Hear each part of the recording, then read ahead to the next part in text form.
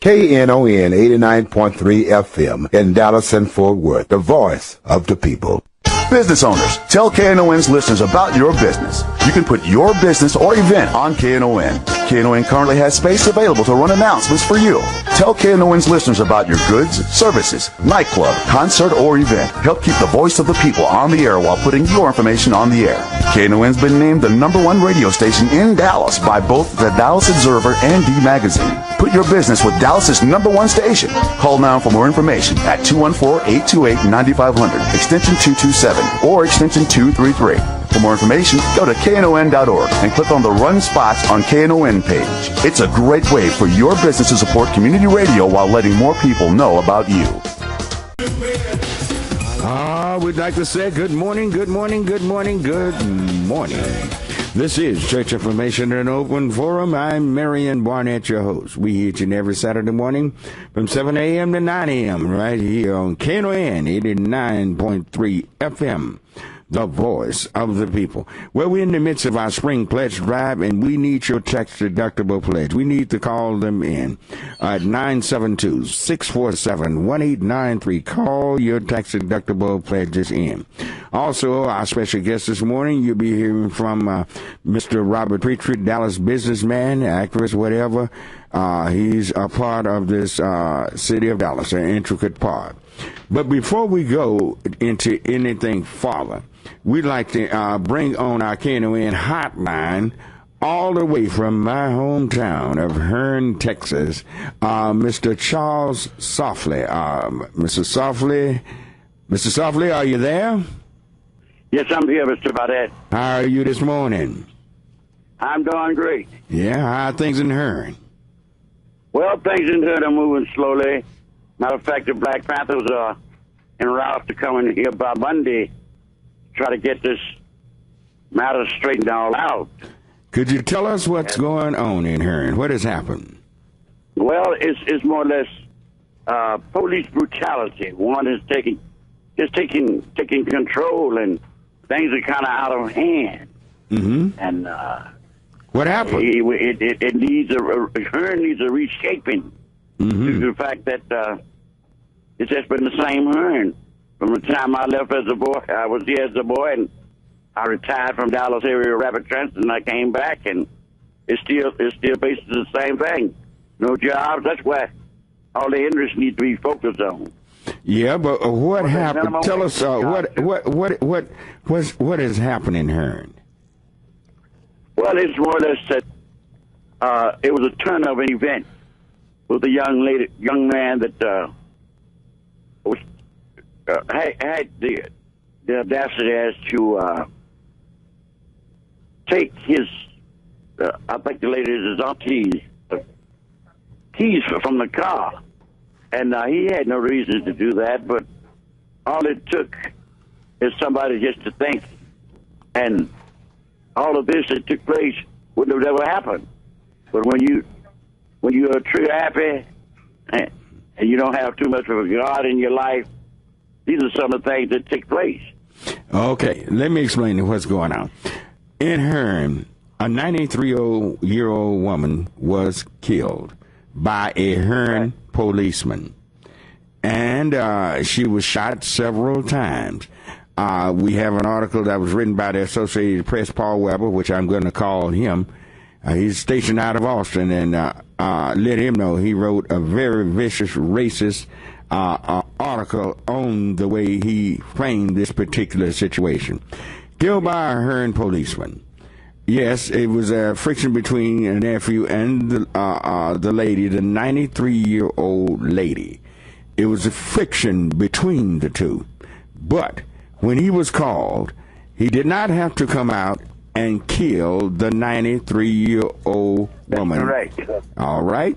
Now, what has happened? This is the second person. He's only been on the police force, I don't know if it's been quite 2 years yet. He's already killed 2 people. He's a reject from the Bryan Police Department, and obviously he's a racist. Let's zero in on this policeman. Let's zero in on what's going on in Hearne. Yes, you say, but Hearn used to be a much better town than it is now. Obviously, did it not? That's correct, Mr. Barnett. Yeah, it did once.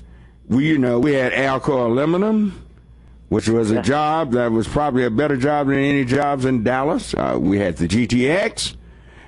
We had several jobs. Men made money in Hearn. In fact, Hearn per capita probably had African Americans among African Americans probably in the 60s and 70s probably had more nice big homes than probably any city in America. That's correct.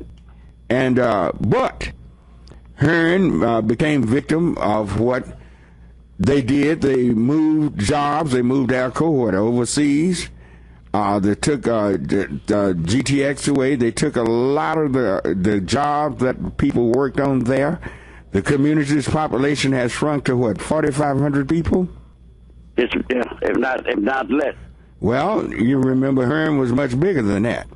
Hearn used to be right. big. Yeah. But with this policeman, what is being said? What is being done about this? Have you heard anything? Yes, it was stated the other day during the rally that they were expecting for his badge to be taken away from him, along with his pistol. This was viewed as far as one of the gentlemen that came down from Houston had made a vicious threat, as if that this is not taken care of, then his job would be at stake. So everything comes back together again on Monday of the week. All right, who did he say that to? Rally. Who did he say that the police officer's badge and gun should be taken away? Who did he tell that? The mayor? That's right. He told him. He told the mayor that. Okay, but is that all he asked for? Was badge and gun? Well, they asked for him to be. They want him to resign. If he doesn't resign, then they're going to fire him automatically. Okay. Have anybody talked about him going to trial? That hasn't been brought up yet. Matter of fact, I think it's in the hands of the district attorney, and it's been worked on. Matter of fact, it's been quite a turnout, because this was an act that was committed that shouldn't have ever been. Okay, the lady's name was Miss Pearlie Golden. You call her Miss Suley, right? That's right. She was a good friend of my mother's. Yes, and she was. I knew your mother. I knew your family all my life. That's right, Mr. Barnett. Yeah, but this officer Stephen Stem, this is a second killing in a second year that he's on the Hearn police force in a town of only 4,500. Can you imagine a record like that? Was the other person he killed, was they black too? Yes. Oh, you don't even have to ask that. Hearn is 80% black. Always have been. Always has been a town that's predominantly black. Is he white? Yes, he's white. Okay. Yes. These things that I have with me, Mr. Robert Preacher, Dallas businessman here in the studio with me. And we are very concerned about this, Mr. Softly. We're very concerned that we do not want this thing to pass. One of our senior citizens, a person we've all known all of our lives, a very sweet woman, to get shot down like a dog and get shot several times. That's correct. It's just something that we cannot allow, and just talking about taking his badge and gun, taking his job, that's not good enough. He needs to go to prison. That's correct. And for a long time, he needs to go to prison. That's nothing but cold-blooded murder that was committed. That's right. And we need to treat it that way. It needs to be treated that way. But today is election day in Hearn, and y'all got an opportunity to elect some African Americans on your city council. You think that people are going to turn out and vote today? I feel that they will turn out in mass number. Due to the fact is that we haven't been represented properly as far as the council is concerned. So But change needs to be made. But Mr. Softly, how could that be? Here's a town that's just about all black, and you're not represented as you should on the council. How could that be? Well, undercover work, you might say, sometimes we don't take advantage of opportunities, but I feel that the time has come now that the handwriting is on the wall. Everyone sees what's taking place, and everyone is aware of what's taking place.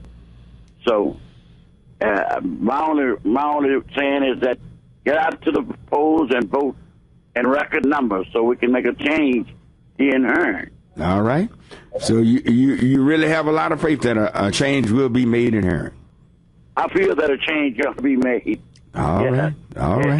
Well, a change needs to be made. Yes. We're going to keep up with this story. We're going to definitely keep up with the story and make sure y'all do realize in Hearn that this is a national story. That's right. It's being played on CNN, MSNBC. All of them is carrying this. Al Sharpton knows about it. And he's mentioning and he's talking about it, and he might even talk about coming that way. This is something big. You cannot allow this opportunity to pass, and to see what's going on down there. Hearn's a proud town, proud little old town. You know, you was a bear. And, that's right. You was a 140-pound guard that used to whip 200-pounders and have them crying out there on the field. That's but right. it was a very proud town. We were champions, and we just cannot allow something like this. Some little old tin horn come in, a reject from another police force to come in and start killing our citizens, especially a 93-year-old woman. That's unbelievable. But thank you, Mr. Softly, and we'll be contacting you. We'll be talking to you, and we'll be talking to others.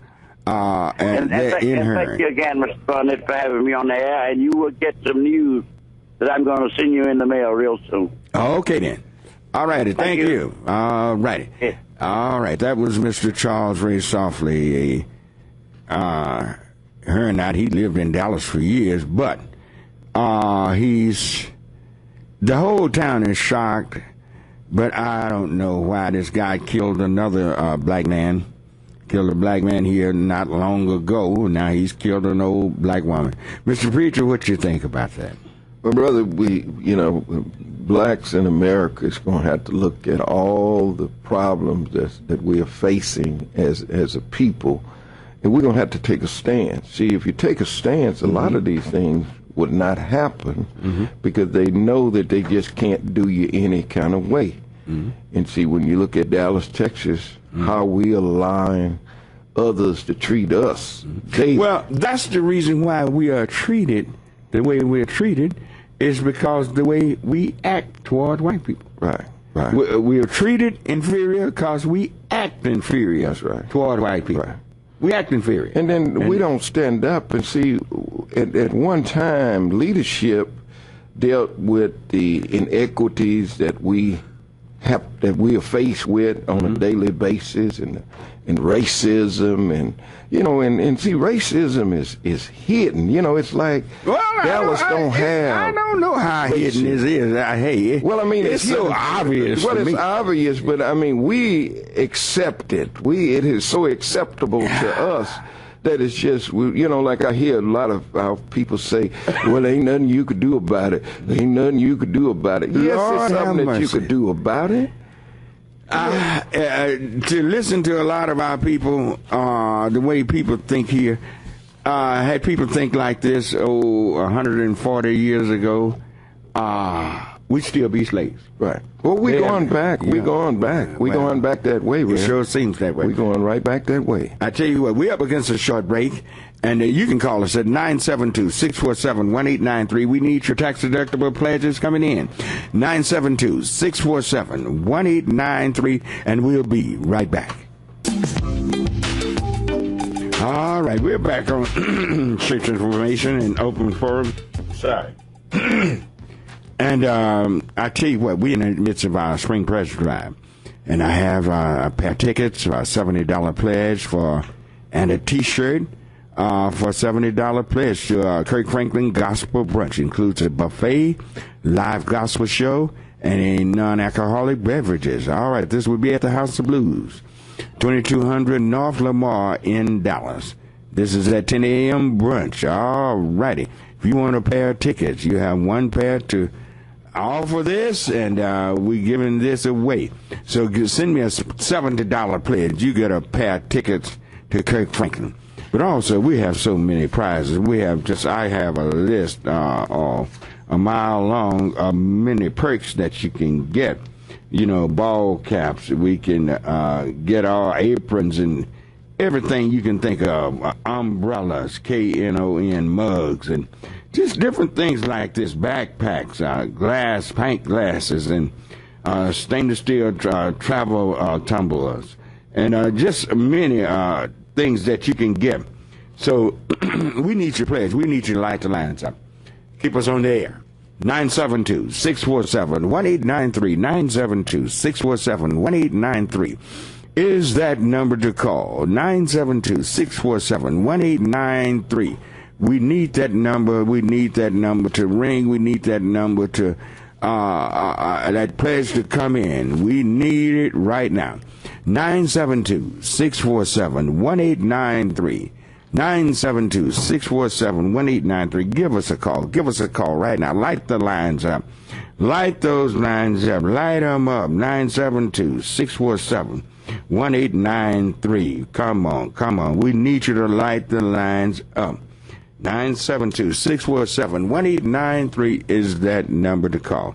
I usually don't push pricks a whole lot because you usually do so well. And we'd like to thank all of you who made your pledges on last Saturday. Oh, y'all made some fantastic pledges to our show last Saturday, but we got to do it one more time. There you go. Light the lines up. 972-647-1893. You did a fantastic job. I think the Mr. and Mrs. Dewberry, we always ask Dean.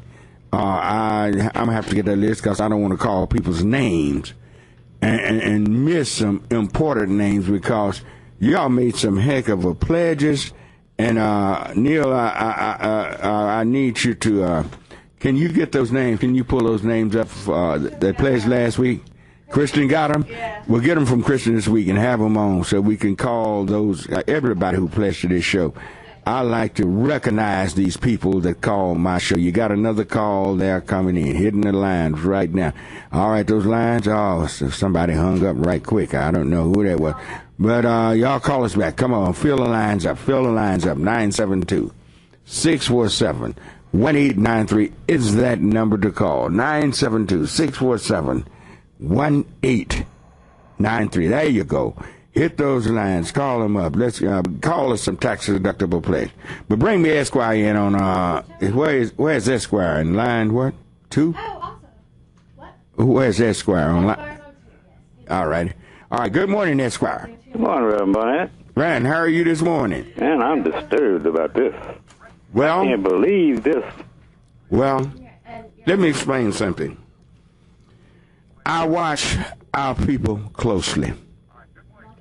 I watch how we interact with ourselves, and I watch how we interact with other people. We act like subordinates to other races. We do. Watch how we look at them. Watch how we sort of bow our heads just a little bit. The way we talk, the way we act. We got to giggle and laugh at all their jokes. Hey, I'm very observant. I watch people closely. And that's the way we act. We're treated inferior because we act inferior. We allow ourselves to be treated any kind of way, talked in any kind of way, to be discriminated against. And ain't nothing we can do now. It's sad.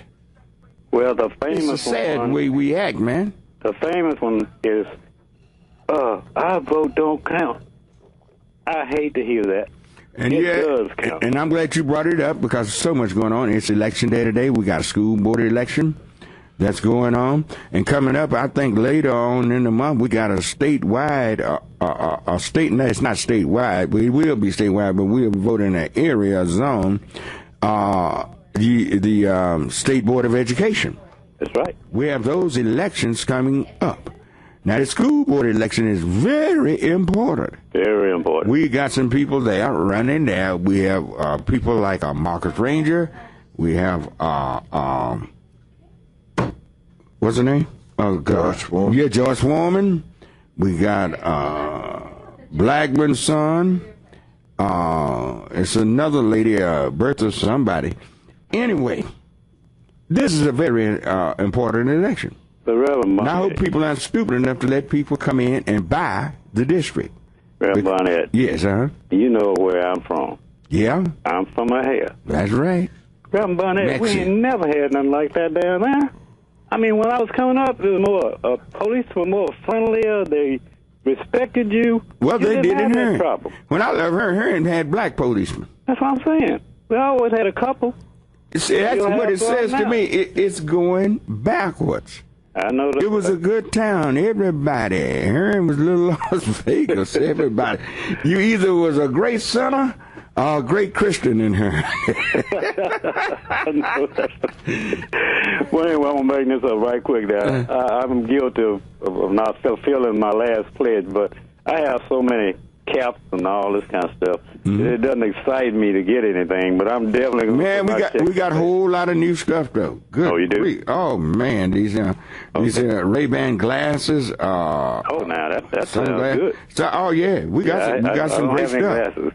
Yeah, we got some. Hey, no, it ain't what it used to be. The cabinet is packed back there. So you know about that last coffee you sold me. Yeah, That's did you like that coffee? My wife, she used some of it.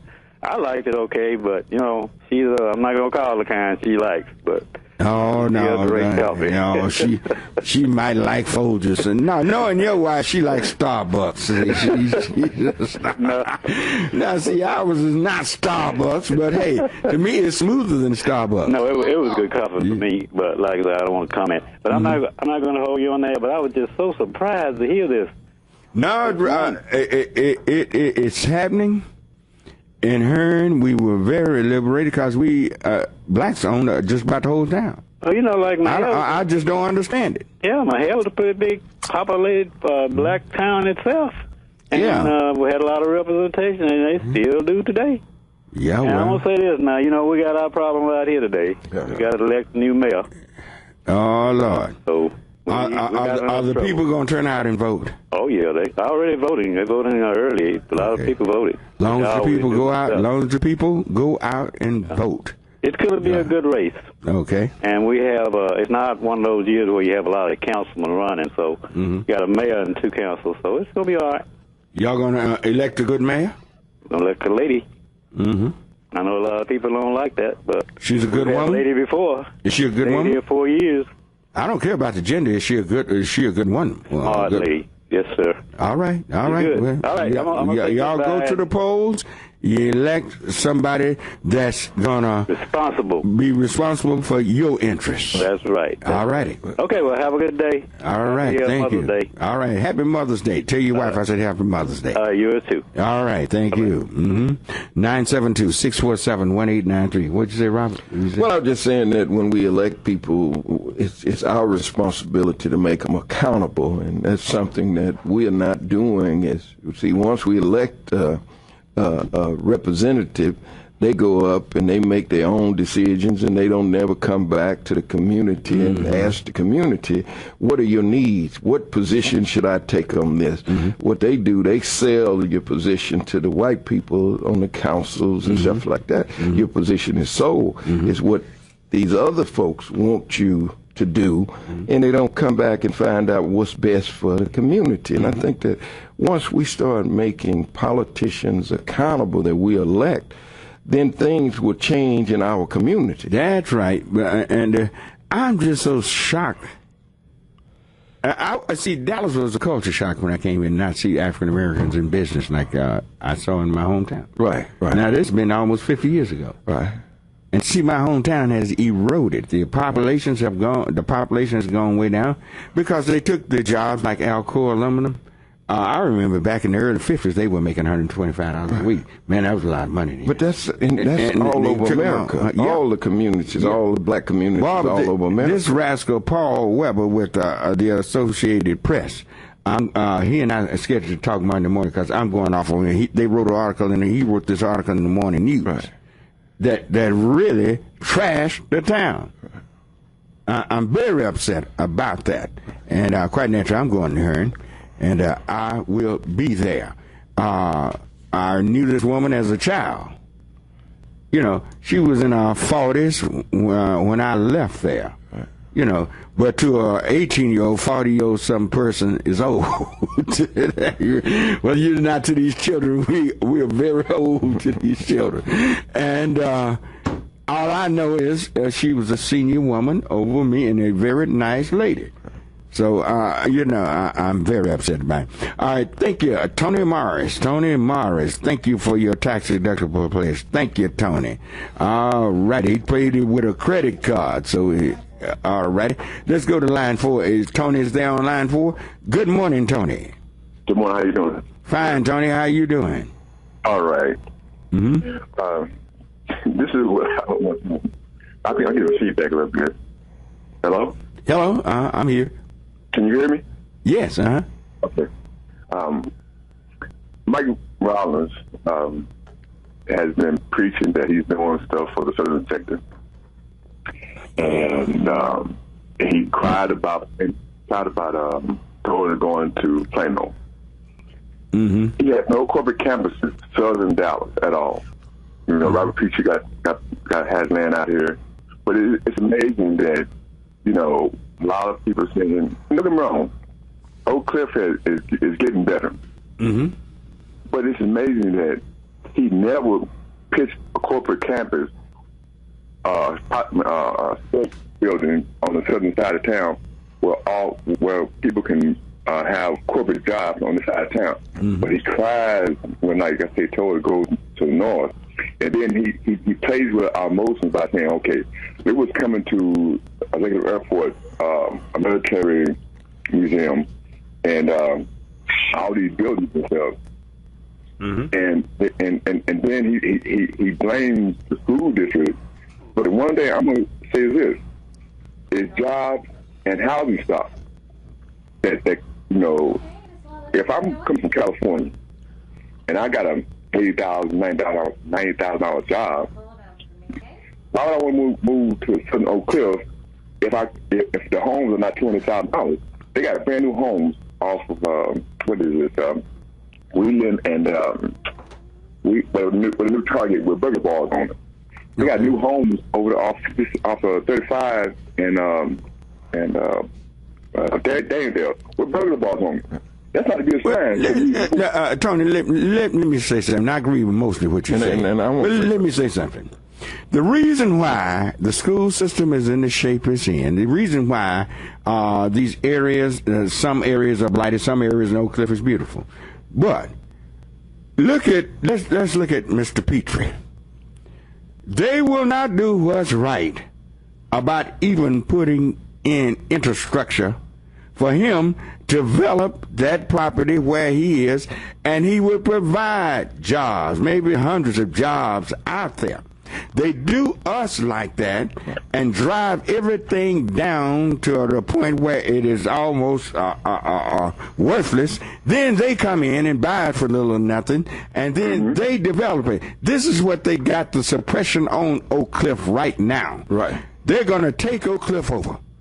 They're going to drive all the black people that has property out there. There are a lot of black people that have property in Oak Cliff, a whole lot of them. Mr. Preacher, not the only one. There's a whole lot of us got property out there, but they are not going to put infrastructure near the property that we own out there to make sure that we develop it for ourselves and for our community. The man that's talking to Mike Rollins is the problem. He's not the solution. He's the problem. Now they're going to use this to take over the Dallas Independent School District so they can control that $1.6 billion budget. No, people wake up to what's really going on in Dallas. They're suppressing the area so they can take it over little or nothing. Then they'll develop it for themselves. They won't be, when it's developed, it won't be for you. That's right. Well, let me make this last statement because you're right. They did North. They call it North Oak Cliff now. But the reality is the area got so depressed. Now they're moving back into the Oak Cliff area, but they call it North Oak Cliff, making it where can afford to live there. And I'll listen for any comments. Thanks. All right, thank you, Tony, and thank you for your pledge. 972-647-1893. 972-647-1893 is the number to call. Yeah, right. Reb, what Tony was saying is true, but the major move right now is South Dallas. They are getting possession of South Dallas. Right. I mean, South Dallas, Fair Park area. They have made moves to try to close down the Martin Luther King, Pennsylvania exit, which me and others blocked that deal. And they had to come back, and they're going to keep that exit open. But they had closed it because what they were trying to do is make it difficult for blacks to come back to South Dallas, not have a reason. After they put the beer and wine in Oak Cliff, that they didn't have a reason to come. And see, when you look at South Dallas right now, you see all these vacant lots, and they're getting possession, and they have dispersed the homeless in South Dallas to try to make people not want to come back. They got that car wash just booming every day. It's by design. That's one of the most thriving businesses in South Dallas, that car wash. Right. And see, and it's by design, but what get me, black folks don't see what's happening to them. No. And then when you look at what Rylands is talking about, Growth South, it ain't about Growth South to benefit black folks. It's Growth South to get possession of land around UNT, all that acreage where Skyline Ranch and other black landowners to get possession of that land where they could come out and develop it. See, these white developers need land to develop. But we don't understand, and then we got blacks that's mad with black landowners and not standing up for black land. But these black politicians are supposed to be representing us. Well, they got them separated in districts, Rev. That should have even been better for us. Right. That should have been better. But it's not working because each one of them got issues. Well, that ain't none of my districts. Well, here's a good way to tell. Here's a good way to tell what's happening in Oak Cliff and Southern Dallas. Get on Interstate 35 and 45 and see all of these residents of Southern Dallas going to other parts of the city for employment. See, we have to create jobs and opportunity. I asked a white friend of mine the other day, I asked him, I said, do you feel that blacks get majority of the SBA loans? He said, oh, yes. I said, do you feel like they get 97%?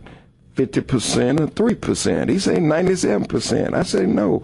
Blacks get 3% of SBA loans. Yeah. See what has happened. Here's the way the SBA has decided that what they would do, how they would do SBA loan. They have banks that would become certified lenders. That you don't even have to contact SBA about a loan. You make the loan and send the paperwork to SBA later because you made the decision. But SBA guarantees 90% of the loan. So what these white banks are doing, they're taking their white businesses, small businesses, and they're making them the SBA loans and making the government guarantee 90% of it, so they don't have no risk. Okay, we're up against a short break. And we don't benefit. And when we come back in the next segment, we're going to hear from Dallas NAACP President, Ms. Juanita Wallace. We'll be hearing from her in just a moment. But call us at 972-647-1893 and make your tax-deductible pledge. We need your pledges coming in. 972-647-1893. We'll be right back. All right, we're back on Church Information and Open Forum. I'm Marion Barnett. And my special guest this morning, your special guest is Mr. Robert Petrie. And Neil is producing. And we're in the midst of our pledge night. We just got another one, but we need some more pledges coming in. They look at the bottom line. You did a great job last week, and I thank those who are my very first pledge on last week kicked me off real good, Robert. $300 pledge, yes. And then we went from there. Big pledges. Dr. Edwards, thank you. Dr. Trevor Sefton. You got them coming in on line 4 now. We got them going. Yes, we got to get this money going. But we have got to really stay on top of things. Man, there's so much happening now. True America is raising its head. Right. And they pretended for 2 or 3 decades. They pretended. What they did in their false pretenses, they fooled young Black America. Young Black America has, for the most part, not all, have been fooled. They don't even have a clue to what's going on around them. All right. Thank you, Esquire. Thank you for your tax-deductible pledge. And they don't have a clue to what's going on around them. And I guess we didn't warn them. We didn't teach them. Now they find themselves in a quagmire, high unemployment, housing problems, every problem you can think of. Young Black America is facing a worse situation, for the most part, than we faced years ago. Yeah. Let's go to line 1 and say good morning to Dr. Juanita Wallace. All righty. Good morning, Dr. Wallace. Good morning. Fine. How are you this morning? I'm doing absolutely fantastic. Great. What's on your mind this morning? Well, there were a couple of two things I want to talk to you briefly about, really an announcement. We're inviting every single person that we can come in contact with to come to our community, our school. That's the name that we've decided to use to oppose home rule. Our community, our schools. And we have to keep that in mind. This event is going to take place on Tuesday, May the 13th. At Dallas County School Technology Center at 5150 Samuel Boulevard. Now, as we look at this event, we're looking at the 60th anniversary of Brown versus Board of Education, and we want to look at the fulfillment of the promise of Brown versus Board of Education. When we look at that, we know that this is all about segregation. Segregation is still an issue in schools today, but we want to have a conversation. We invited over 150 people. We'll have light refreshments. If you come to eat, you need to stay for the event. We just make that very clear. But we want everybody there because we have got to put together a program that's going to move our students forward as an independent school district. Right. Now, you said 51, what's that address on Samuel? 5150 Samuel Boulevard. What's the name of the particular building? What is it? Dallas County School Technology Center. Dallas County School Technology Center at 5100 block of Samuel Boulevard. That's on the 13th of June. Tuesday. Which is a Tuesday. It's May 13th. May 13th. Yes, sir. That's this Tuesday. That's this Tuesday. Oh, okay. I'm thinking June. Okay. Oh, no. I'm glad you reiterated that. May 13th. This Tuesday. All right. What time? 5:30 p.m. 5:30 to 8. 5:30 to 8. All right. This is it's also is a rally to keep us together, to keep us unified, and keep us fighting because the enemy is definitely they got their thing together. Now I know you've been keeping up with the news, and of course we have to take it with a grain of salt. That the petitions have already been completed, but they've not been turned in. So we're saying to people, if you sign that petition and you were not aware of what you were signing, you can have your name removed. You can come to the rally on Tuesday and have it done, or you can go to DISD 3700 Ross Avenue on Monday. They have a notary there. You fill out the form, you get it notarized right there, and then you just simply walk away. So it's not a hassle. It's no big deal. Just take care of business. And we ask you to do this because if you're interested in keeping your children in an independent school district, we've got to do this. Well, you see, Dr. Wallace, there's a move to eliminate public schools all over the nation. I am very much aware of that. And privatization, that's what it's all about. That's what it's all, well, it's all about money. Yeah, but yeah. The bottom line. The bottom line is the one. And we know here in Dallas, the whole idea is $1.5 billion. Yes. And if you that's an awful multiply lot of that, money. it's $1 trillion all over the United States. Mm-hmm. So, I mean, you're talking about big business, big takeover. When you hear the word charter and education, that means profit. Exactly. Charter schools are for profit, and people need to know that. They're there for profit, and one of the biggest profits you can make now in today's times is in so-called education, and the best way to get your hands on the money, dispose away with independent schools, public education, and you get your hands on money. And Dallas is one of the first test cities, the first test cities to see, can this happen? And God knows we do not need to allow this to happen in Dallas. Yeah. Okay. We're already at the bottom of the poll.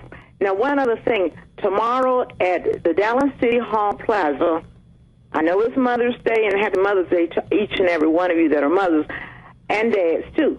But we're having a unity event at the plaza. This unity event is about bring back our girls. Mother's Day Peace and Prayer Rally. So we ask you to come out from 3 to 5. Mm-hmm. And if you can't stay the entire time, just please come, because we often sit back and don't help other people. Mm-hmm. We have to learn how to help others, so it will be what goes around will come around. Let's put it like that. Those people aren't other people. Those are our people. Absolutely. You talking about in Nigeria? Yes. Those are our people. Uh-huh. Those are Africans. Those are our people. And we definitely need to stand strong for them, and for them to come in and kidnap those girls. What do you think that happened in London? What do you think the United States would be doing now? I guarantee you they'd have them back. They'd be moving much more quickly. Oh, they'd have them back by now. Yes. Come on now. Just because it was in Nigeria, we drag our feet and look for every excuse not to do what's right. And talking about we don't want to go into other sovereign nations. We go anywhere we want to go if it's in our interest. Absolutely. You notice Russia is backing up. We go where we want to go and do whatever we want to do on this earth, if it's in our interest and we show some concern about it. The reason why no concern is shown, or not enough shown, about Africa is because African Americans don't push it forth. In fact, we're in a state of denial, acting as if we come from somewhere else. I don't know where do people think we come from, Mars or somewhere? Well, I haven't the slightest idea, but research says that the first bones were found in Africa. So if the first bones were found in Africa, everybody came from Africa. We have to understand that. And we do know that we have the dominant genes, and anybody else, and all other races have the recessive gene. That's right. You look at it from 2 or 3 point of view, biblical as well as biological, as well as just plain common sense. We all came from Africa. So we have to understand that. That's why I'm saying to mothers, don't get so hung up on Mother's Day that you can't spend at least a couple of hours down helping someone else, helping Nigerian mothers understand that we sympathize with them and that we want to help in whatever way we can. All righty. We thank you for your call. Uh-huh. Thank you very much. 972-647-1893. Mr. Peter, what's going on out at Skyline Ranch this morning? We're going to have a group of people out, and we're going to talk about, we're going to deal with solutions to problems that we have in our community right now. When you look at the ex-offenders, you look at the problems that we have with our juveniles, you look at the HIV problem that's affecting so many people. You know, when they say 75216 have more HIV cases in any zip code in America. Where's 75216? What is that? That's Oak Cliff. That's around Cedar Crest area. Oak Cliff, 75216 is a large area of Oak Cliff. Okay, I know, because man, and you know, 75214, and it's heavily populated by African Americans. So I mean, we have issues, Rev, and even your businesses, like you were talking about businesses, and also what Tony said about burglar bars around your home. See, if you my grandfather always said, if you didn't work you going to steal or sell dope or depend on somebody else. And see, we don't have but jobs. If you treat a man like an animal, what do you expect for him to act? But see, we treat it. But see, but we allow. Right, we allow. And see, we got to take a stand for these things, these inequities that affect us on a daily basis as a people. We got to take a stand. See, these people ain't just gonna come in there and say we feel sorry for y'all. We gonna help y'all out. These people want to see you in that condition. They're not jiving. Right. They're not jiving. It's by design. Bubblegumming, but they're not jiving. Right. If we don't look out, we're going to be used to be. They'll find us in museums. Just look at our community. Yeah. Just look at our community. Not just in Dallas, Texas, all over America. But Dallas have better everywhere I ever been. Right. But the opportunities are greater in Dallas than other cities. You know. But our leadership, we got a problem with our leadership. We got a problem with the people. You know, when I was at a school just the other day and talking to young people using a life guide map and trying to see where their heads are and trying to help them have a better understanding of what their position, how they should set goals and their self-esteem. And these kids they have very low self-esteem. Very little knowledge of life, themselves, you understand, don't understand about what it takes to be successful. I mean, they're looking at these negative forces that they see every day in their community: unemployment, gangs, drugs, crime, hopelessness, ignorance. For every one of these children have family members in prison, dropouts. HIV, homelessness, promiscuous. This is what these young people see every day of their life. Now, I talked with my cousin last night. She's running for city council down in Hearn. She said she's gotten so much hate mail. She said she got one letter from some person that said that y'all ought to change that to Daddy's Day instead of Mama's Day, because all the children on your side of town is asking, who is my daddy? You might not know. Just all kind of hate mail. Right. But we got situations that facing us now that didn't even face us 50 years ago. Right. We didn't. Let's go back to our line. Let me take some calls because I've been holding them a long time. Let's go to line 4 and say good morning to Ike. All right. Good morning, Ike. Good morning, Reverend Barnett. Fine. How are you? Thank you for waiting. Oh, yeah. Well, I'm enjoying everything y'all saying this morning. And I heard y'all talking about what's going on in Hearn. Hearn's made national news. We got a lot of stuff going on, but we got a situation here in Dallas that seems like nobody really wants to talk about openly. And I'll come out and talk about it. We got a young man, he pleaded guilty to rape, and we got a white judge, a woman judge, that's a mother, decide that I'm not going to send you to the pen, but I'm not going to let you go. And he put some stipulations on this young man and took a few restrictions off.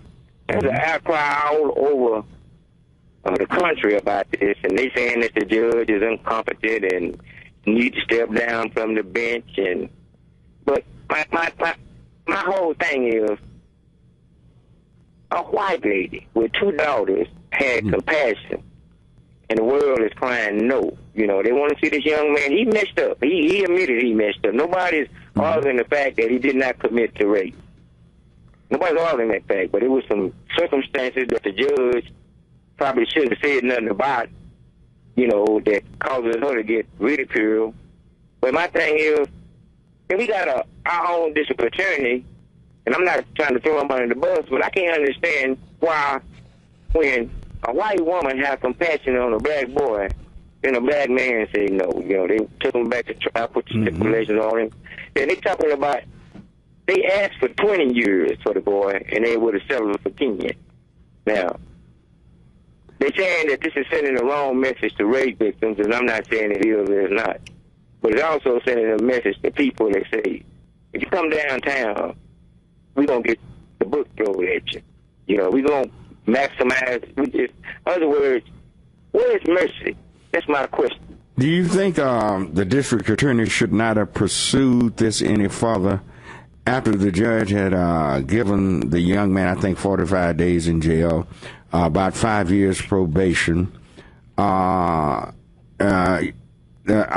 the district attorney, I heard him talk. Remember now, I've been down there to his office, and I tried to get with him and Heath Harris for other things this week.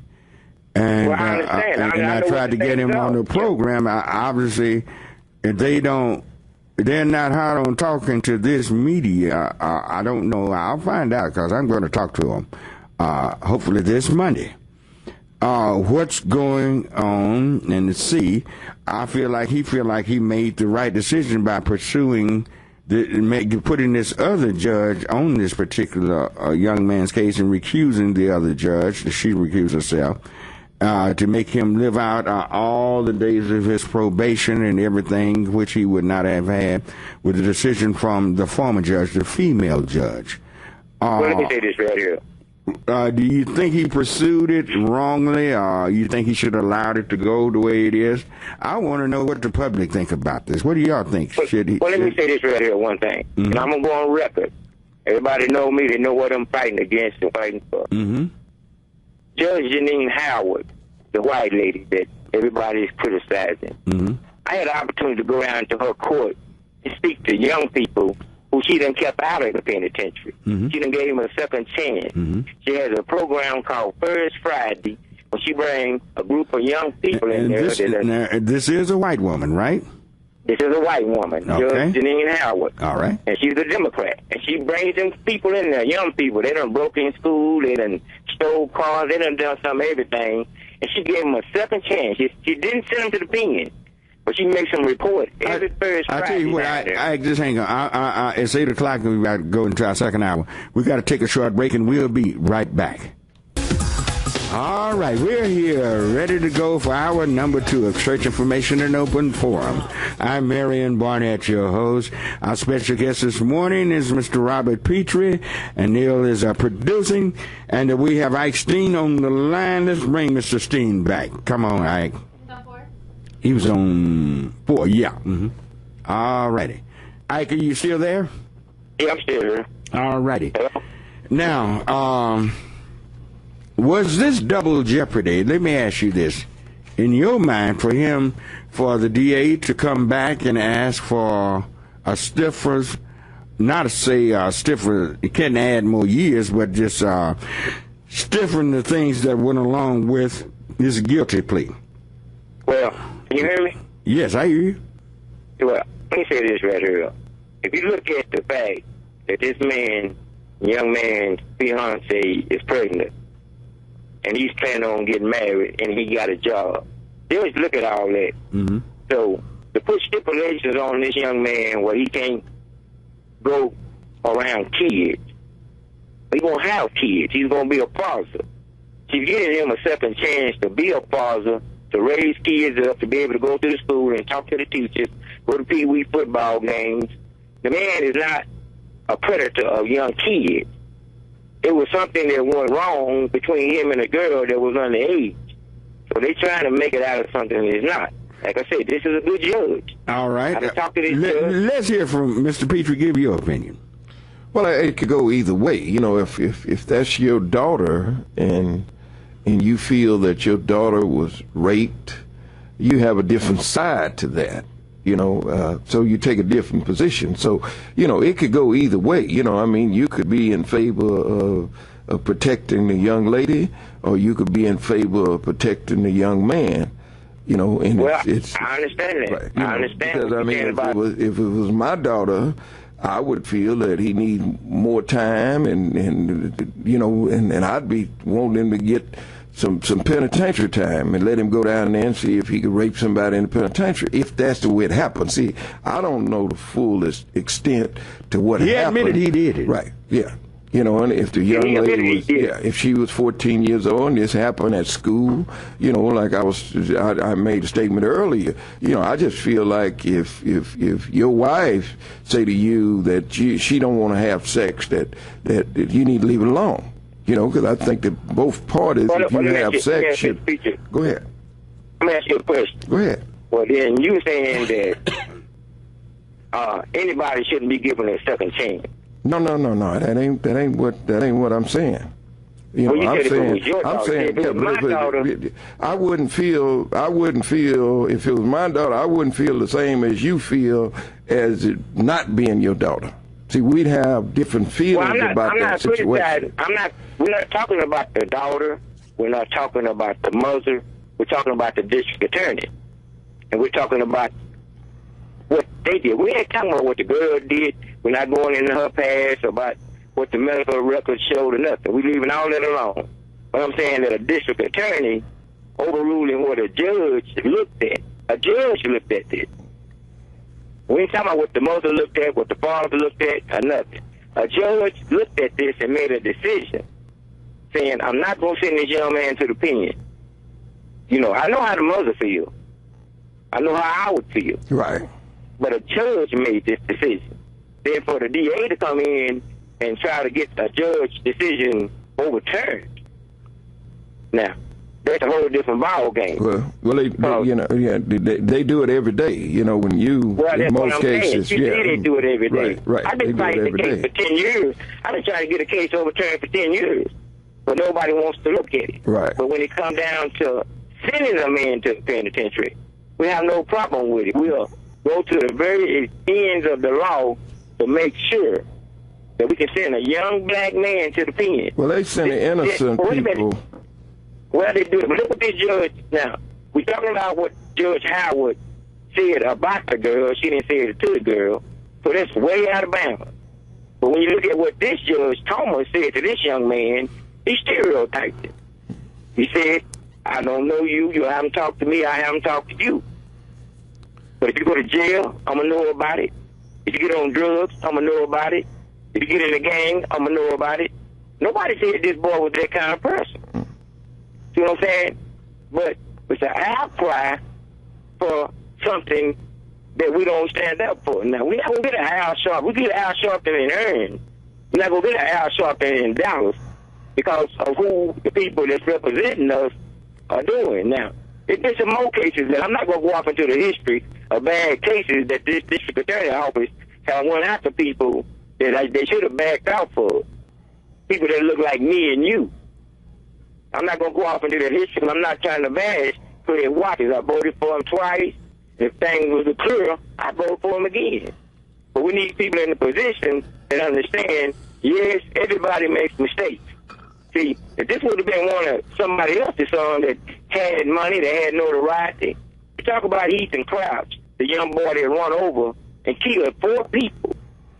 But nobody wants to talk about the fact that young boy was also caught in a car naked with an underage girl. Well, that's a white boy too. So we have two sides to the criminal justice system. Yeah. I tell you what.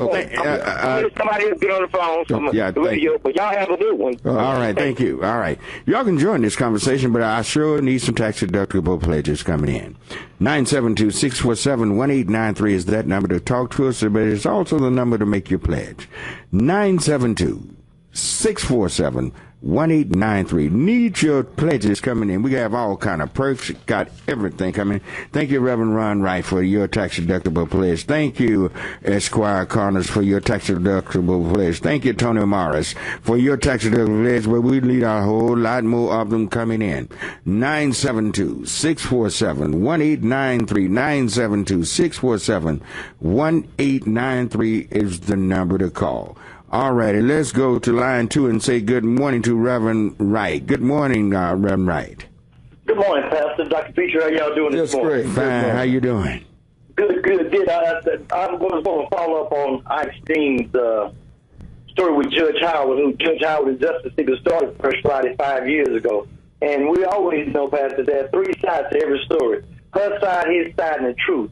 And all the media has displayed is her side and the judgment that the judge made. Dr. Preacher, I agree. If it was your daughter, you would have a different opinion, but you got to know the facts and the truth of what took place. And although the young boy admitted to doing it, we don't know if and the media didn't say he was advised to do it, but there was enough evidence for the judge to do what she did. And some of the evidence was the young lady was perhaps texting this young man in school, and if it was a vicious raped. If she would have screamed, she would have gotten help.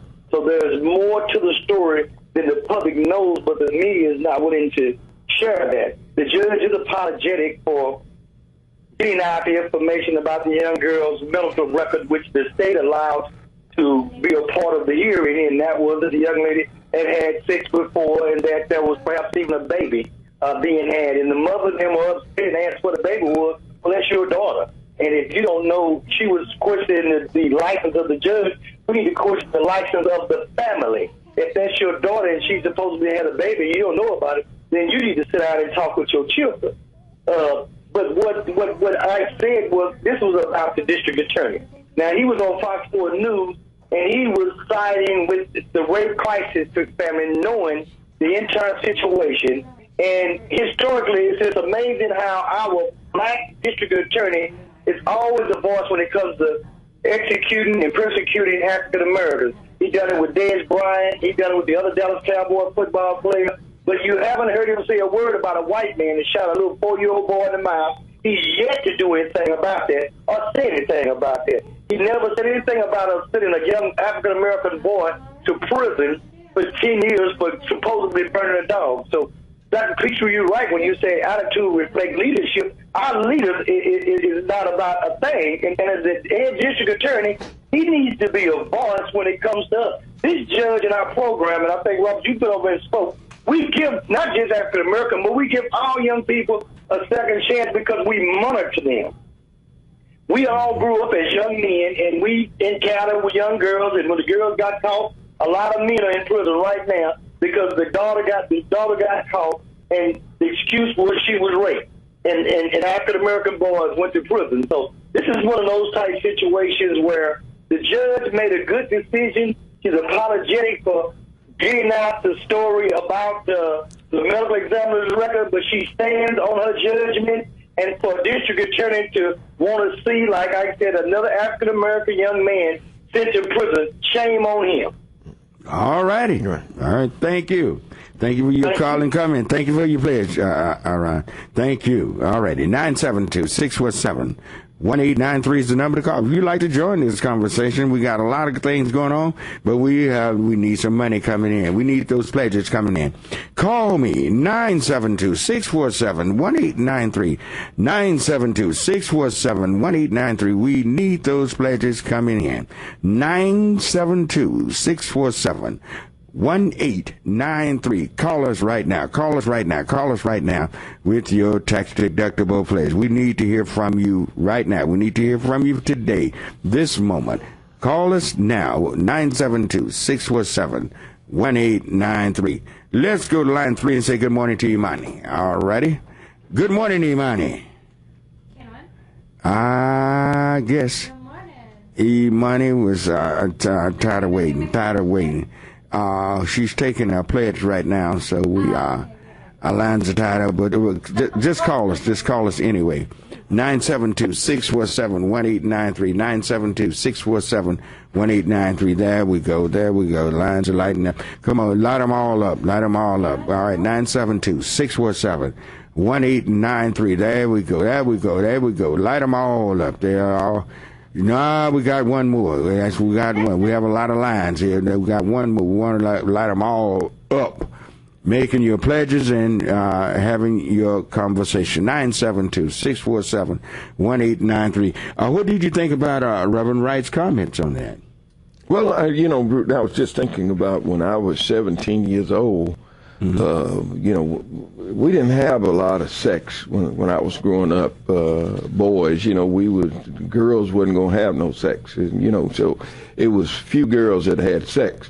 But I wouldn't, when I was 17 years old, I would never had sex with a young girl that was 14 years old, 15 years old, or 16 years old. No, not that I would. When I was no, under no circumstances that I would have sex with a girl under my age, Under your age? Yeah. No. When that girl 14 years old and what are you, 16, 17? Yeah. That girl's sharper than you. Yeah, but we didn't see the environment that I was raised up in now. Maybe in the big cities. Robert.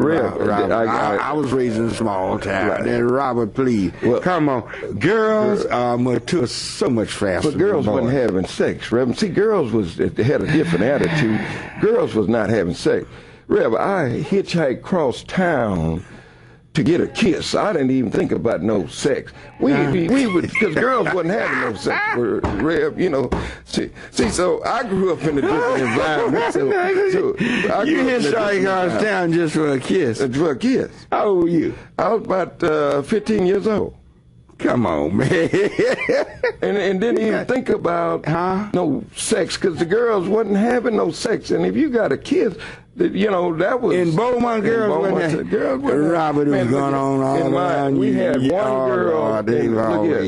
one girl in my whole high school, going to high school for 3 years, we had one girl to get pregnant.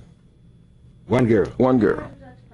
And none in junior high school, none in elementary school, and right now they're having babies in elementary school, middle school, and high school, and I'm saying only one girl from my whole high school history, my whole school history, from the 1st to the 12th grade, got pregnant.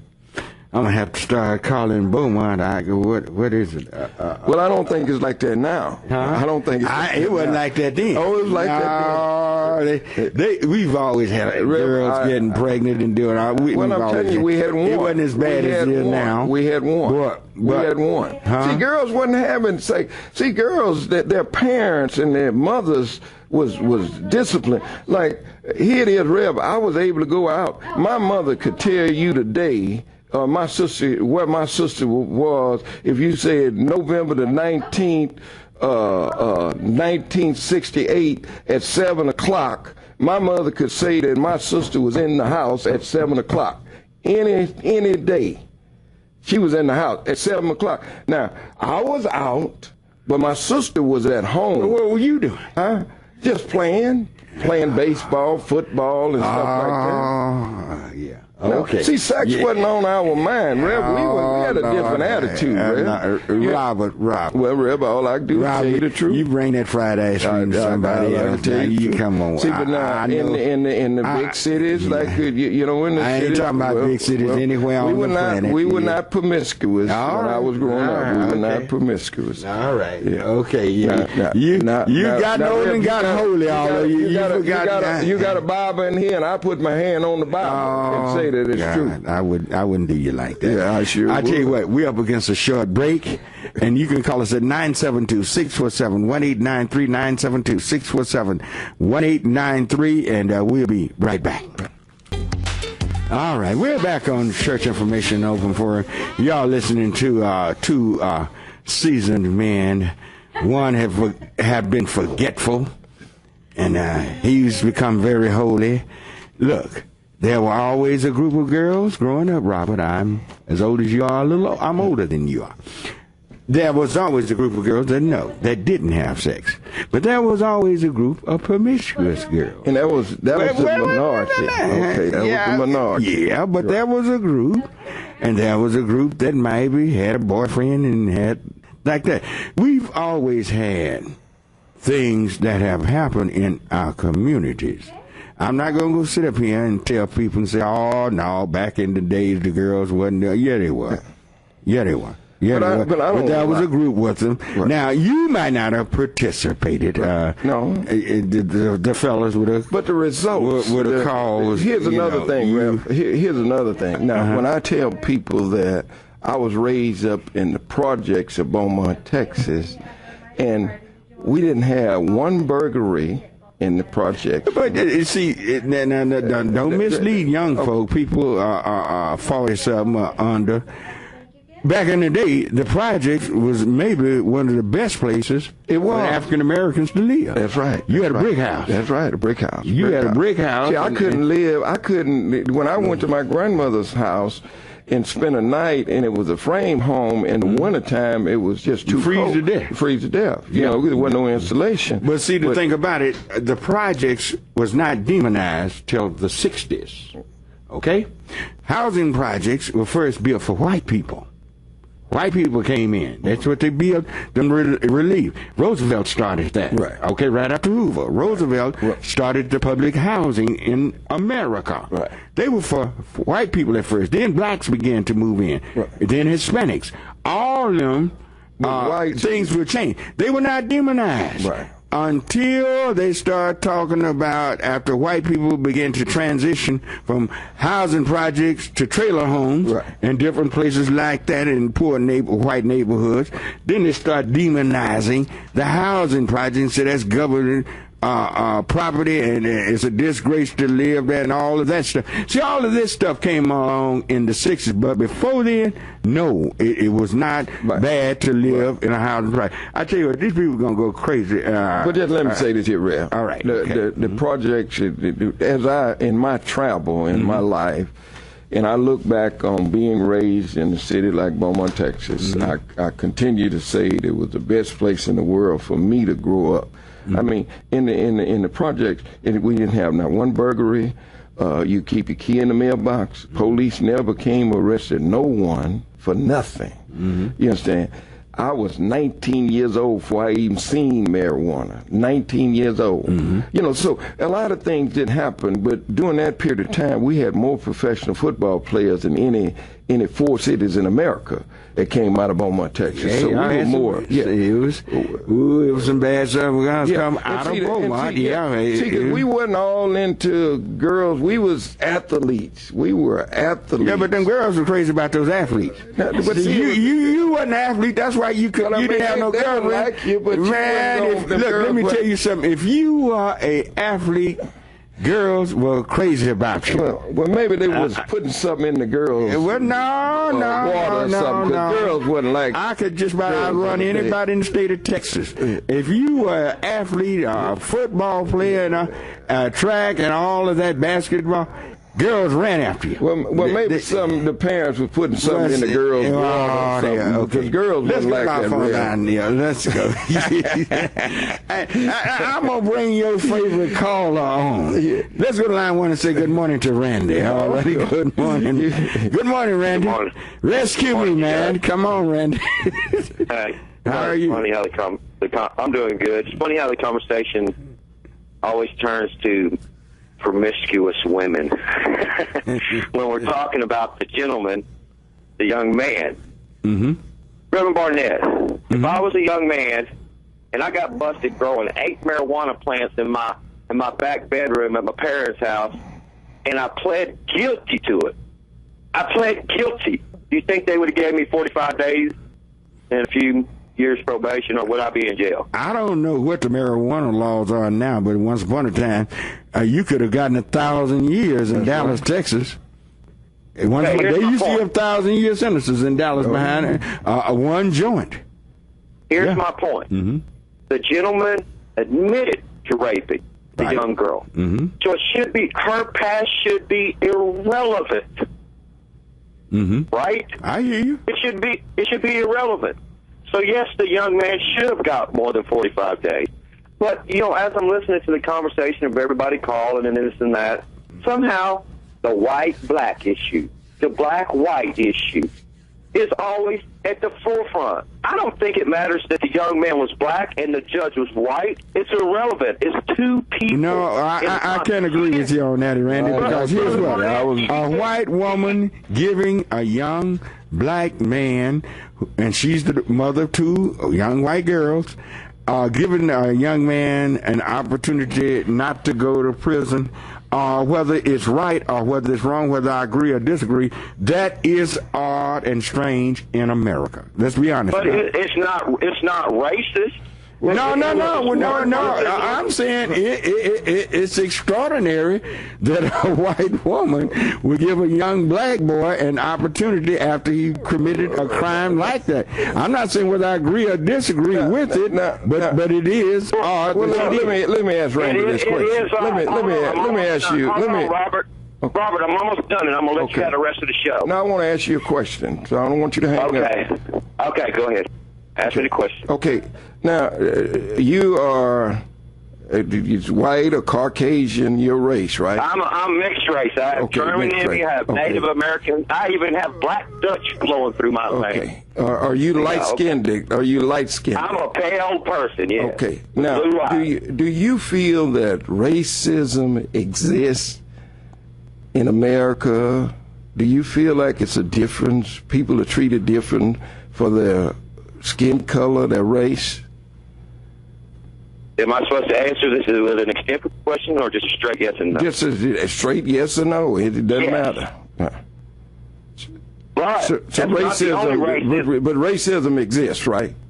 But that's not the only racism that exists in America, is it, Robert Petrie? No. Okay. So this is my point. Just like Reverend Wright got on there and was talking about a white man shot a little kid in the mouth, and Craig Watson ain't done nothing about that. Well, as far as I know, we got to look at, okay, we may think that Craig Watson done something wrong on Saturday, but Craig Watson has also got a lot of people, as far as I know, out of prison, and every one of them were black men that were sent to prison for a crime they didn't commit. So I think Craig Watkins may be doing a pretty good job down there. We may not agree with, you ain't going to agree with everything I do. I'm not going to agree with everything you do. But we got to look at the general whole thing and not always try to bring race into the issue. Even though racism does still exist, I don't see this. Well, is it fair? Is it fair to exist? Is racism fair to exist? Robert Petrie, is it fair to exist in a relationship where one person is more dominant than the other and they use that to their advantage? The world's not fair.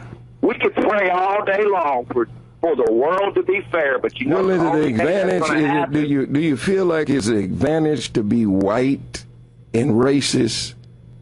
I think it's an advantage to have money. You can be a black man in America and be just as racist as a white man in America. You can be a Native American and have money and be just as racist as a Chinese guy with money. I think me and you, Robert Petrie, we probably can't be as racist as we potentially would be because we ain't got a pile of money, because money perverses your vision. No, but I would not agree with that. But Randy, let me ask you this here: should black people deal with their past and their history? Should white people deal with the history of slavery and the inequities and the free labor of black people for 400 years and no benefit to the black race, and right now you still discriminated against because of your color, being able to go to banks, where you live? If you move in a neighborhood, they want to move out. It's just like the Grow South. It ain't about Grow South to help black people in South. It's about Grow South for white developers to come get the land in southern Dallas. See, this is racist. The landowners around UNT and the most valuable land in the city of Dallas, and you got a mayor talking about Grow South, and you don't have basic infrastructure. You don't have basic infrastructure. All right. But you need to call in on my show, Randy. You need to find out about my show and call in on my show. All right. Thank you, Randy. Give me that information. Thank you, Randy. Thank you. Let me ask my last question. My last question is... All my lines are full, and they've been full a long time. Come on. Was the only people in the last 400 years of America's history, was the only people being oppressed the black people? No. There were low-income white people being oppressed because you weren't a landowner. There were Native Americans being genocided. There were Chinese being buried alongside the railroad. So, you know, I understand your pain, Robert Petrie, but you and the black people and your heritage were not the only people oppressed in America, and I think we should quit thinking like that. You sound like a redneck white boy, Randy. Well, my neck is light tan. It's not red, Mr. Petrie. All right. Okay. Thank you. Thank you for your call. All right. Thank you. Thank you, Randy. 972-647-1893. 972-647-1893 is the number to call. We need your tax-deductible pledges coming in. All right, let's go to line 4 and say good morning to Imani. All righty. Imani, are you there? I guess he's gone again. He's gone again. Yeah, he's gone again. All righty. Let's go to line 3 and say good morning to Joe. All righty. Good morning, Joe. Hey, Reverend, how you doing? Fine. How are you doing this morning? I'm doing good. Appreciate everything you're doing, and want to go back to the police shooting. Just remind you, wasn't too long ago in Arkansas, a 104-year-old black man shot and killed the same way in his house. 104 years old. 104 years old. Not a year ago. Here's people they're old, their minds are not exactly where you was it. Maybe their vision is bad. They don't know what's going on around them. To be shot down like dogs. And we are doing basically nothing about it. This is why we are in the shape we're in, because we don't do anything. People can violate us any kind of way. There's no payment for violating the black people, black community. We are violated by our own people. We are violated by other people. Everybody violates us, and we do nothing. That's our problem here in America. You're absolutely right. We're taking 2 steps back. Right. Well, this is worse now than it was 30 years ago. You got that right. All right. Thank you a lot for everything you're doing. All right, thank you. All right, we need some money coming in. 972-647-1893. 972-647-1893. Thank you, Tony Morris. Thank you, Esquire Connors. Thank you, Joe Black. Thank you, Reverend Wright. Thank you, Joe Thomas. Thank you, Chiyosha Upshaw. Thank you. But we need some more pledges coming in. Now you go. Keep the lines lighted. 972-647-1893. 972-647-1893. Be patient when you call in. She may not get to your call right then and there, and she's writing and doing everything. People call in and they hang up and let it go. Please be patient, and if your line go off, it'll only ring so many times. Just dial us right back, and we'll get you. All right, 972-647-1893. We got a lot of praise. We got a lot of things going on.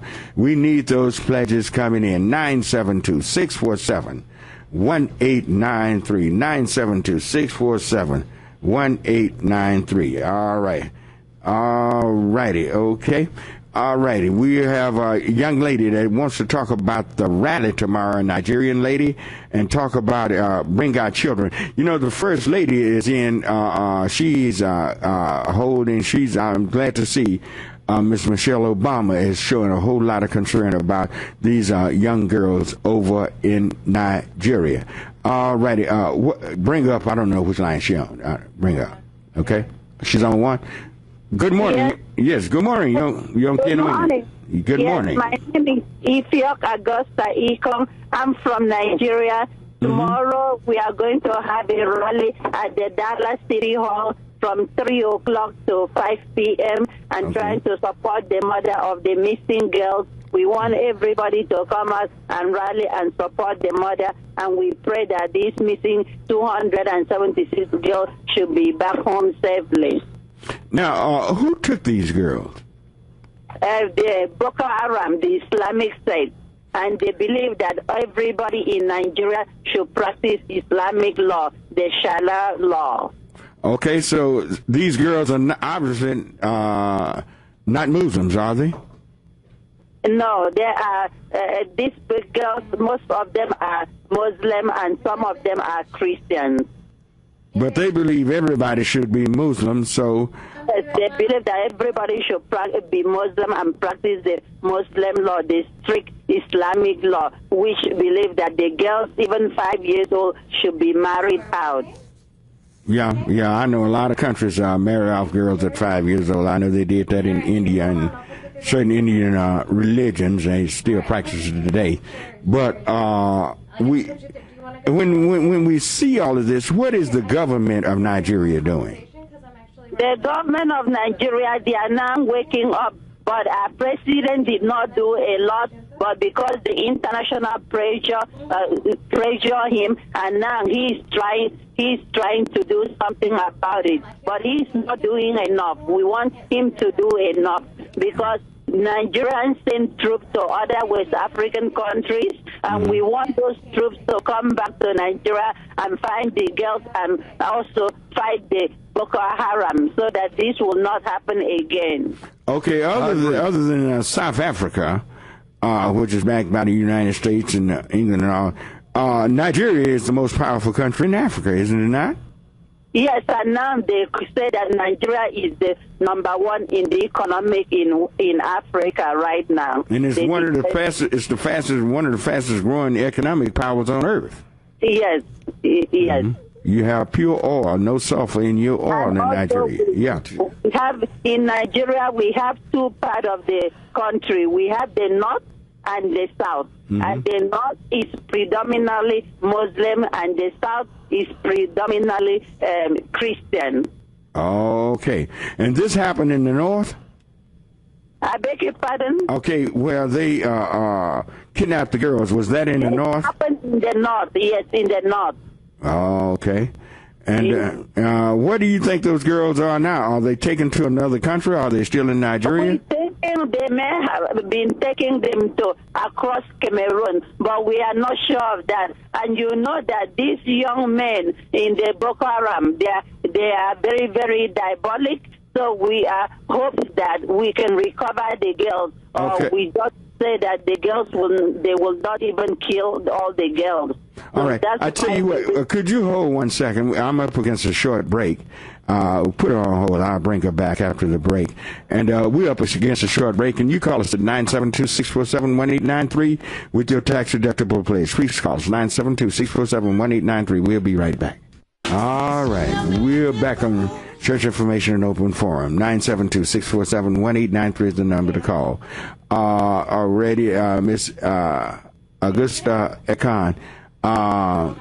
Let's see, she's on what, line one? What line was she on? Okay. Yeah. Yes, ma'am. You there? Yes, sir. Mm-hmm. Now, what time is the rally tomorrow at City Hall? The rally is 3 o'clock to 5 o'clock at the front of the City Hall, Dallas City Hall. Okay. All righty. Good. And we're definitely concerned, deeply concerned about these young girls, what has happened. And we just want to make sure that, whatever we can do as support, we definitely want you to support. We'll give you the support, and anytime you want to call the show and talk about it and expose what's going on, you always have a voice here, okay? Thank you very much. Thank you. All right. Thank you. Clears the line, 972-647-1893. We need some pledges coming in. Need pledges coming in. Let's go to line 2 and say good morning to James. All righty? Good morning. Good morning, Reverend Barnett. How are you, James? Good morning to you. I'm doing great. You and Robert, good morning to you. Good morning, James. Good morning. Yes, sir. Thank you so much for what y'all doing up in the city. We out here in the country working on it. But there's so many things we took care of this morning that I just ramble on. But the Indians called the Anglos, the whites, Mr. One More, until they came and took everything. And I called them domestic terrorists, but also not only them, but what's happening over in Nigeria. Now it's sad that we have black terrorists. So we're up against all kind of walls here that we're going to have to break down. Mm-hmm. And it's a shame, but in reference to the upcoming NAACP rally and the Nigeria rally, the way they're shooting us down as dogs, our kids and our grandparents, and this pipeline of prison, putting all that together, and these felony entrapments that they're doing to our children, we need to get our kids to get involved in the student council government at school, and we need our families, parents, and uncles and grandparents to get involved with the student council government. It's called campus-wide and district-wide governments at our schools and get in our young people's mind, because that pipeline of prison, they're giving them citations and tickets. And I heard the word Bryan, Texas, and I went up there on the NAACP meeting last year, with a guy, and we met some of the police officers up there, so I plan on talking with them about this officer up there in Hearn, but we need to do something about it. And that old superintendent up there, he used the local NACP in Palestine as a scapegoat to act like he was a friendly racist guy, and all he was a fall guy to get an old burnisher here to chop us in Palestine. Now he's up there in Bryan, Texas. He's scaring the heck out of those people up there. It's 200 or more cases against him in Bryan, Texas. So he's a racist up there. Maybe he's part of this police thing that come from up there. I don't know. But anyway, what I would like to say, Reverend, right quick is, if we can call the ministerial alliances together and put our differences aside as far as denominations and everything and race, like you always say, let's put all our expertise together and let's go at this together. You know, just forget about Baptist, Methodist, and all of that. Let's just come together as one big family and take care of Dallas, Palestine, and wherever we need to as God's children. I thank you so much for your sacrifice. All right. Thank you, James. Thank you. Thank you. Thank you for your pledge on last week also. Now, 972-647-1893. Let's go to Doc on line 3. Reverend Barnett. Good morning, Doc. Reverend Barnett, this is Doc. Yeah, please cut your radio down. Okay. Feedback. Okay. Okay. All right. Your radio is still kicking back strong. Wait just a minute. Let me cut it down. On the position of racism, you know there's racism in all races. But what is so bad about it, when you're in a position of power, that's when racism really hurts. Like they talking about Don Sterling. Yeah. And this man's got money. He's got a basketball team. Those people, those guys playing their heart out for him to win him a championship. And he's got partners and everything rented to blacks, Mexicans, and that. And he's racist. You know, I thought about it. It's racist in all races, and you can't be a racist if you ain't got nothing. Well, you say, well, I don't like that white man. I don't like Peckerwood. And Peckerwood said, I don't like niggas. But the thing of it is, when you're in a position of power, that's when it hurts. When you're depriving people on account of the way you feel. Says, I don't like those people. But how can you not like them? You got them working for you and everything else, and then you don't like them. That's what a racist is. Well, here's what. That will always be racism. The problem is we don't seek power. We don't seek unity. We don't seek sticking together and putting our money together to build our own structure in our community. See, we could be a nation within a nation that's really thriving. If we were matched against other nations of the earth, we'd be one of the richest nations on earth. But our problem is we have been so traumatized over the years. We've been so traumatized over what has happened to us that we're out of our minds. We do everything to work against ourselves rather than for ourselves. We turn on each other instead of toward each other. Right. These things are the things that are problems in our community, and when it hits us in our face, sometimes we get into a state of denial. That's right. And then really, too many of us right now in a state of denial about racism in America. We're in denial, trying to put a nice tuxedo on a pig.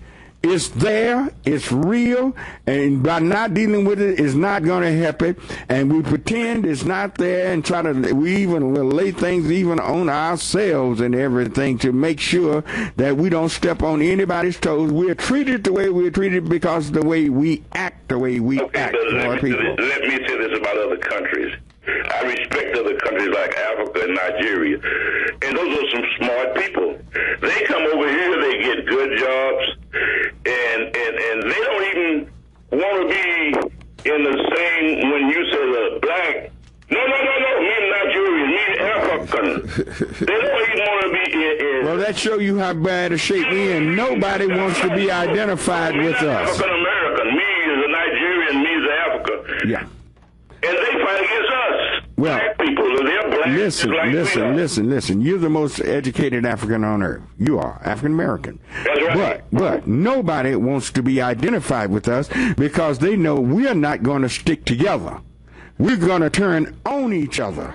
they throw a rock into the crowd. We'll holler and point out who did it. Yeah. So I was at Obama last night. Yeah. He's a very smart. But I gotta run. I gotta run because all my lines are full and everything, and everybody wants to talk a long time. I wish I had the time to let you talk a long time, but I just don't. All right. Thank you for your call. 972-647-1893. Let's go to line 4 and say good morning to caller. Good morning. I just want to make a statement about the rape case that was here in Dallas. Mm-hmm.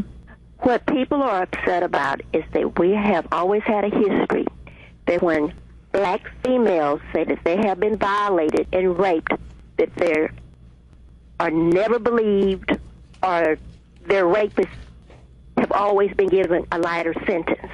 Mm-hmm. This is never the case with white females. Mm-hmm. I don't care any day of the week if it's a prostitute, even if she has been to prison.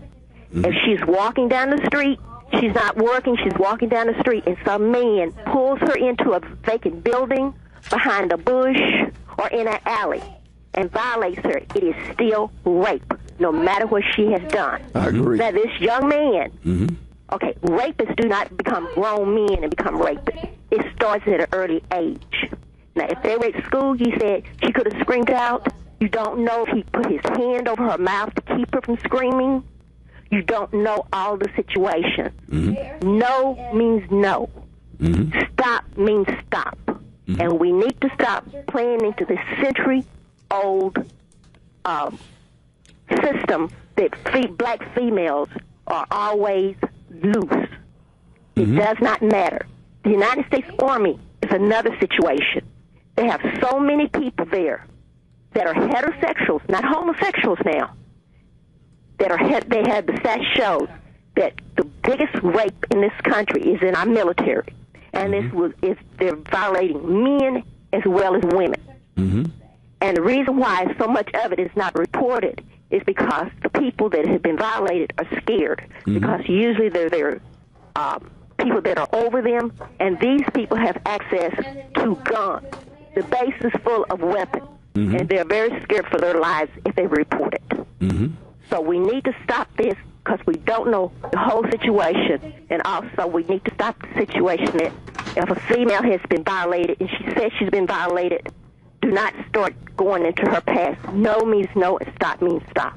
All right, I agree with you 100% on that. I agree, and I think I can be very level-headed on that because I have both boys and girls. And I know if someone raped one of my daughters, I'm mad, and I'm going to do something about it. And I know no means no. So, and I know my boys, if they do something like that, hey, you're going to have to pay for it. You're going to have to pay for what you've done. So I agree with you 100% on that. But I think their argument was that this white judge had given a black child, young man, a break, and they said the DA is overturned. Well, he didn't know. He couldn't overturn it. But these were one of the situations whereas we just have to disagree on this. The break was that he was supposed to do community service in a rape crisis center. Now, that is a no-no there. Yeah, okay. I mean, that's a no-no there. All right. Yeah. Okay. Yeah, I understand that. So I agree with you on that one.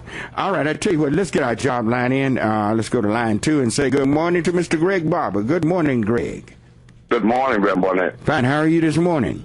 Doing fine. Good morning, Greg. Good morning, Mr. Teacher. Yeah.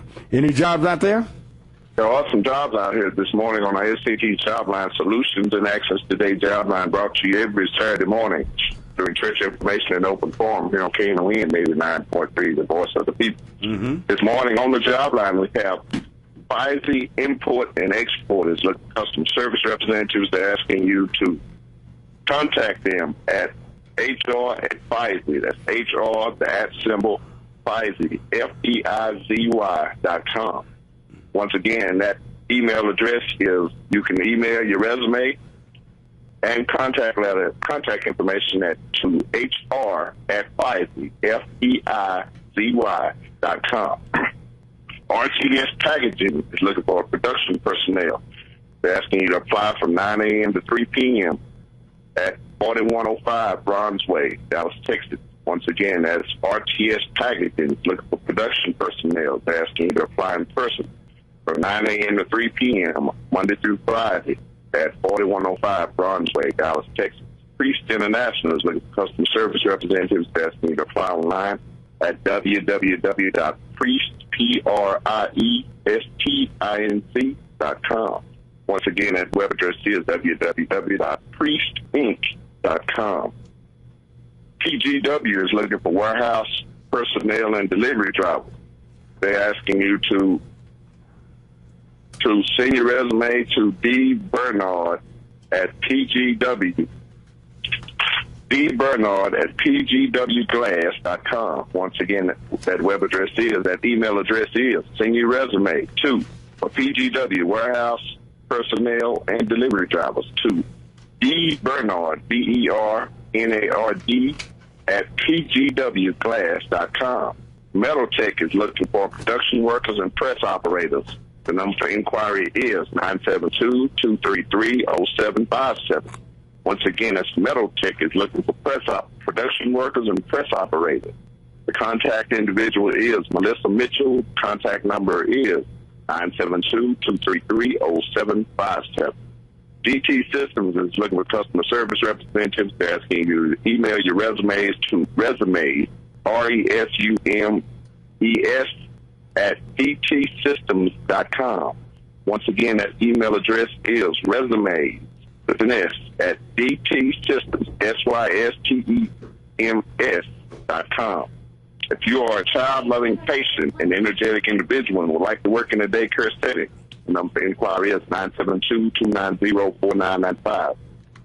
Once again, if you are a child-loving, patient, and energetic individual and would like to work in a daycare setting, the number for inquiry is 972-290-4995. If you are a person affected by addiction and need assistance with your recovery efforts, or an ex-offender trying to make that transition back into mainstream society and need assistance with job searches.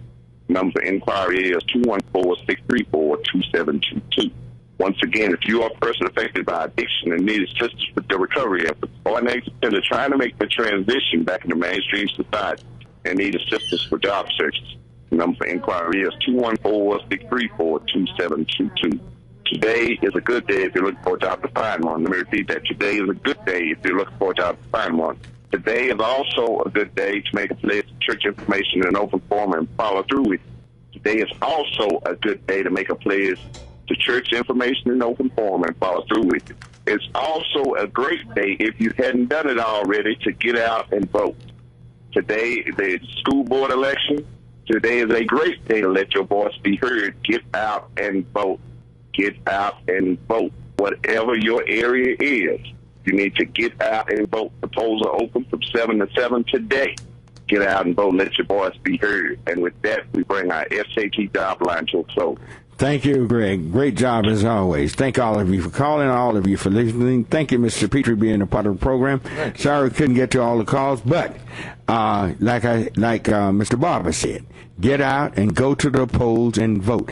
Don't just sit up and complain. Go to the polls and vote. This is a very important school board election because it could tell whether the Dallas Independent School District remains independent. So, may the God bless you.